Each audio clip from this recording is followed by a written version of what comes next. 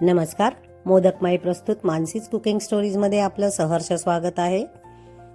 आज मला 21 मोदकांची ऑर्डर आहे.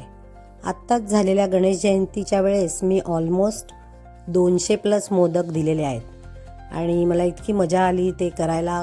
एक कॉर्पोरेट ऑर्डर होती आणि मला असे कॉम्बो बनवून द्यायचे होते कलरफुल.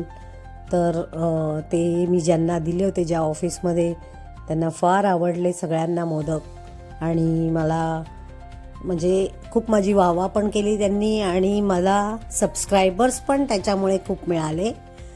तर आज मी तुम्हाला ना 21 मोदक जे करायचे ते हाताने करून दाखवते. हाताने म्हणजे मी हातानेच करते मोदक, पण मी पारी पुरी मेकरमध्ये करते. तर मी 10 ते 11च मोदक मला आज बनवायचे होते कारण माझ्याकडे 10-11 मोदक आहेत रेडी. तर 10-11 मोदकसाठी पुरी मेकर काढा, त्याला प्लास्टिक घाला, ते थोडंसं मेहनत आहे. म्हटलं ठीक आहे, आज कंटाळा केला तर मी हातानेच पारी केली. पण ना हाताने पारी केली तर थोडासा हलकासा मोदक ना जाड होतो असं मला वाटतंय. तर म्हणजे जो पुरी मेकरमध्ये एकदम पातळ पारी बनते ना त्याच्यात चव भरपूर राहतो आणि यामध्ये जास्त चव नाही मावत.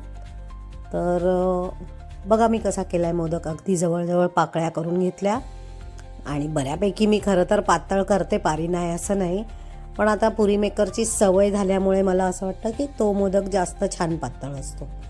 तर आपल्याला हे ड्रायफ्रूट केशर मोदक द्यायचे.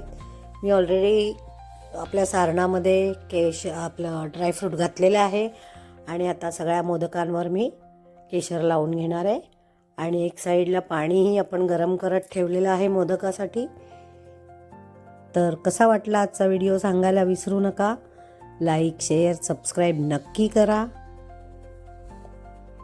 आणि माझे मोदकाचे ट्युटोरियल पण आपल्या चॅनलवर आहेत, जे मोठे व्हिडिओज आहेत, तर तुम्ही ते नक्की मागे जाऊन बघा. 1 ते 16 ट्युटोरियल आहेत ज्यामध्ये पिठापासून ते मोदक उकडण्यापर्यंत सर्व काही आहे. आणि हो, तुम्हाला मी मोदकाच्या बाबतीत एक लवकरच नवीन खुशखबरही देणार आहे. आपल्या फेब्रुवारी महिन्याच्या सुरुवातीला संकष्टीलाच ही खुशखबर तुम्हाला मिळेल. चला तर मग भेटूया उद्याच्या भागात. तोपर्यंत इथेच थांबते. पाहत रहा मानसीच कुकिंग स्टोरीज आणि हां, लाईक, शेअर, सबस्क्राईब नक्की करा. चला मग, एन्जॉय.